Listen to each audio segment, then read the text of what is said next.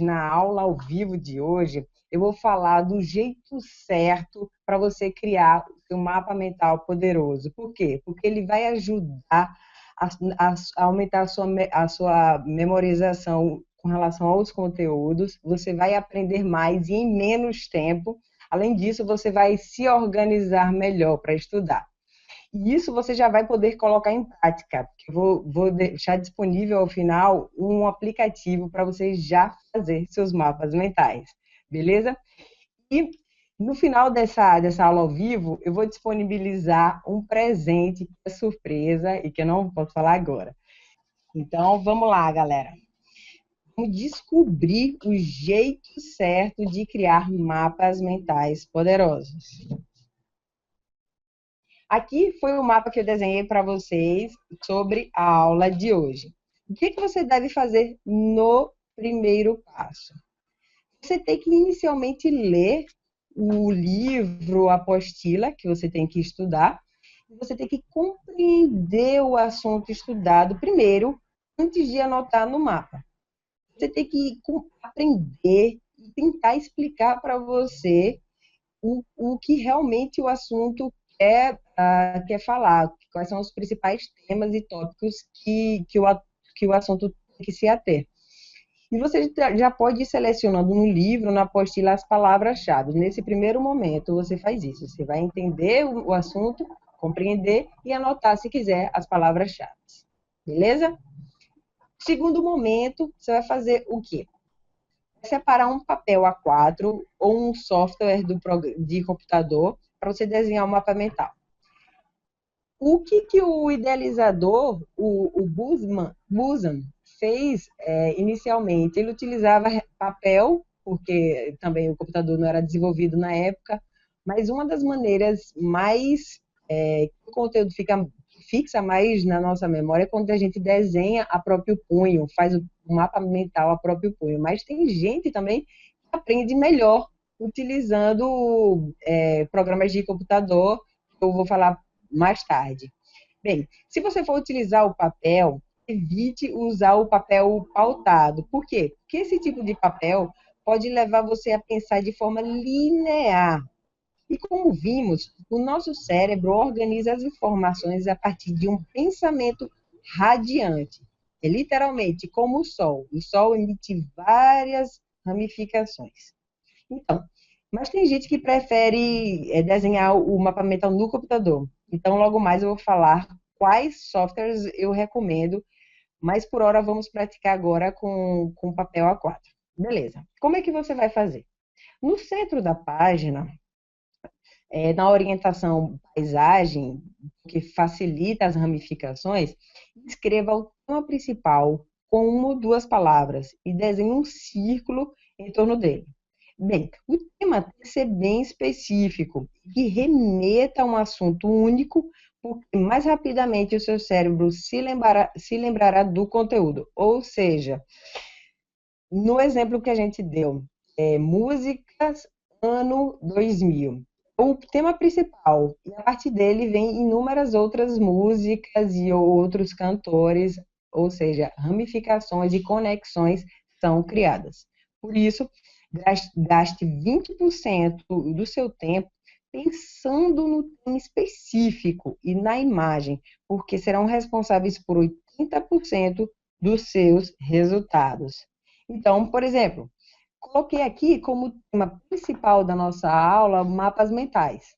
E durante a elaboração do mapa mental, utilize pelo menos 3 cores. Eu utilizei aqui diversas, porque eu adoro, quanto mais colorido, com mais desenhos, eu consigo absorver mais o conteúdo. Foi porque a cor potencializa a memorização do assunto, além de trabalhar com vários de nossos sentidos.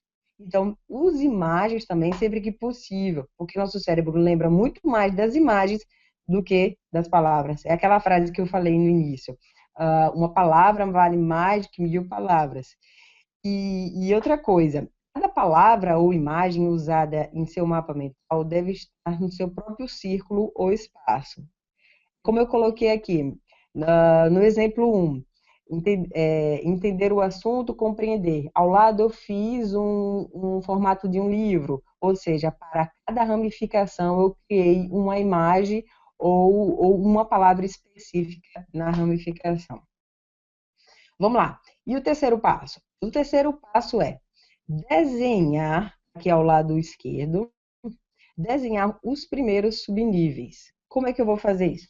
Chegou a hora de você criar os primeiros subníveis. Iniciamos, então, com o mapa mental central, beleza? Com o tema central.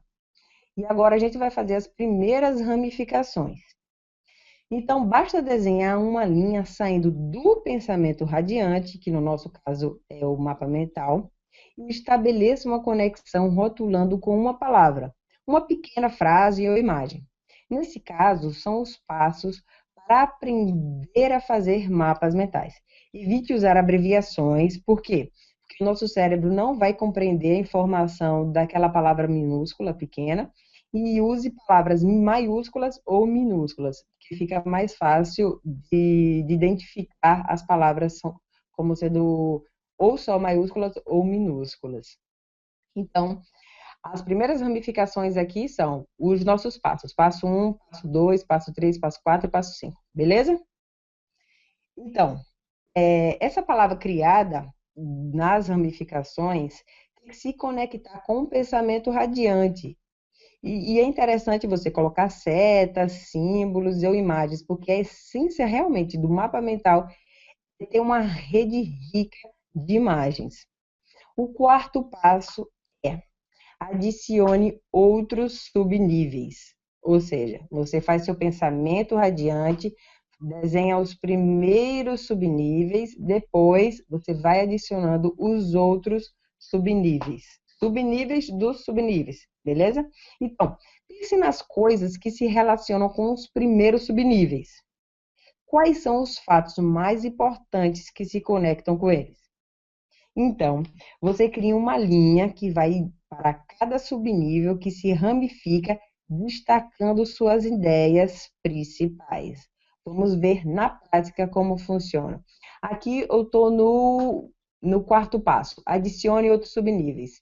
Quais são os fatos importantes que eu tenho que comentar aqui? Sobre hierarquia e sobre analisar como é que o mapa mental está sendo feito. Ou seja, hierarquia quer dizer o quê? A gente tem que sempre observar que pensamento radiante é o que está no topo, depois vem os subníveis e depois os outros sub-subníveis, que é a terceira fase, ou seja, tem que respeitar essa hierarquia, até os conteúdos para facilitar no seu cérebro a absorção desses conteúdos que você foi estudar.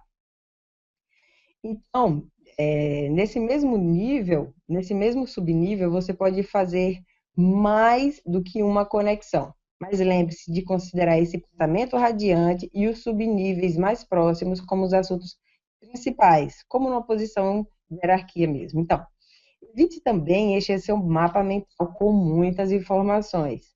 Apenas coloque as mais importantes, porque fica mais fácil do seu cérebro compreender o assunto. O mapa mental mesmo tem que fazer sentido para você. Por isso, quando você concluir, analise se você consegue compreender a ideia principal e os conteúdos. A sacada aqui é que quando você for rever, quando você for revisar seu mapa mental, você se lembre das informações. Por isso a importância de você desenhar a próprio punho ou então você fazer o seu próprio mapa mental. Então, o mapa mental reflete como o nosso cérebro realmente processa e se recorda da informação. É de uma forma dinâmica e visual, e não de uma forma linear, como quando fazemos anotações no caderno, por exemplo.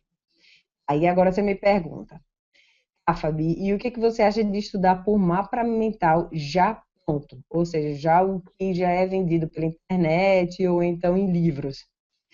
Sabe, quando você elabora seu próprio mapa mental, você consegue fazer uma associação com as coisas que você aprendeu. Além disso, a efetividade nos estudos é bem maior.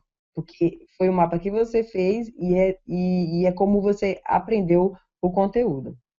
O quinto passo, eu vou falar sobre sugestões de software.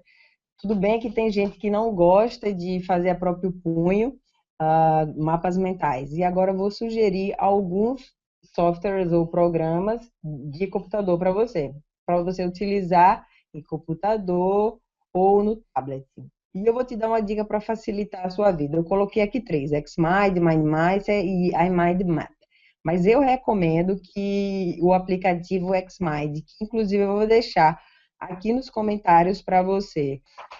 O mapa mental trabalha todas as áreas do nosso cérebro, e inclusive o lado sinestésico, porque sinestésico quando a gente utiliza, quando a gente realmente faz o nosso mapa mental, quando a gente utiliza o tato, quando a gente interage com o assunto.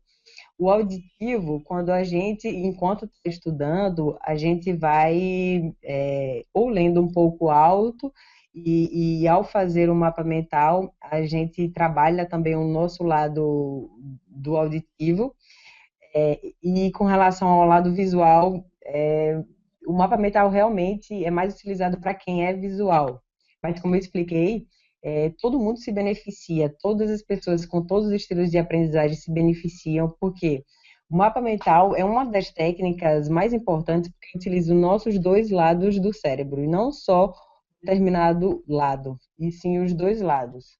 Um beijo, tudo de bom. Tchau.